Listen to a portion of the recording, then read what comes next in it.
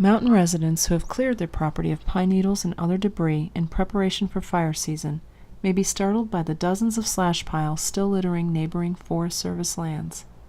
The piles of branches and dry leaves range from small to medium to this 14 by 40 foot monolith located within a mile of two mountain communities.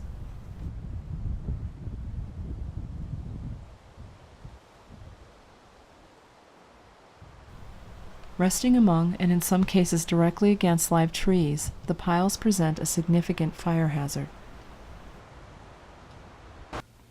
Looking at the piles down on 138 that are fairly large, maybe 14, 15 feet tall and fairly large in diameter, they represent a larger fire load in the forest than would normally be there. It's part of a project of the thinning of the forest, but as it sets longer into fire season and gets drier and the winds come up, and we have winds coming from the northeast at the backside of the community, they pose the threat of having a larger fire in one location that could get into the trees and make a bigger problem. Ironically, the slash piles are part of an effort by the Forest Service to reduce fire hazards around the San Bernardino mountain communities. Although nearby signs state timber sale area, the tree removal is a non-commercial program called the Miller Canyon Fuel Reductions Project. The program focuses on removing dead and diseased trees and thinning trees less than 12 inches in diameter where tree density poses a fire risk. We started the Miller Canyon Project about 3 years ago. There's a total of about 1,800 acres of ground that we're treating in Miller Canyon, all the way from Lake Silverwood up to Crestline, Dart Canyon, and over to Deer Lodge Park.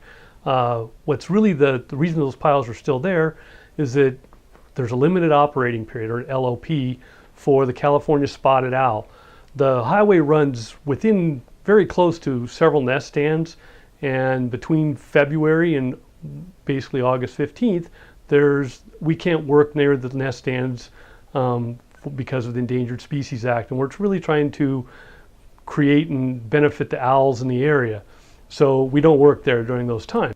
A 2006 biological assessment of the project's potential impacts lists the spotted owl as one of several sensitive species found in the project area.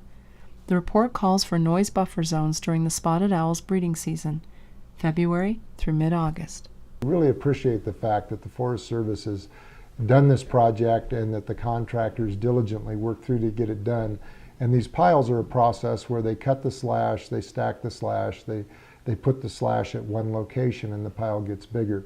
Even one of the piles down at Old Mill and 138 is now gone. That was one of the larger piles, and we're hoping that these piles as well, in the due time with the contract, will be removed before the depth of fire season, and we'll have a fire-safe environment down there.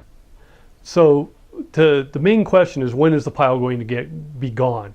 So what's going to end up happening is that as soon as the limited operating period comes to an end, which will be August 15th, very soon thereafter, or minutes after that, the contractor will be in there with his big equipment, and they'll be basically chipping those piles up and then hauling them away to another site. And then through the rest of the fall, those landings may be reused when the helicopters are picking up the smaller piles out in the woods and bringing them back to those landings.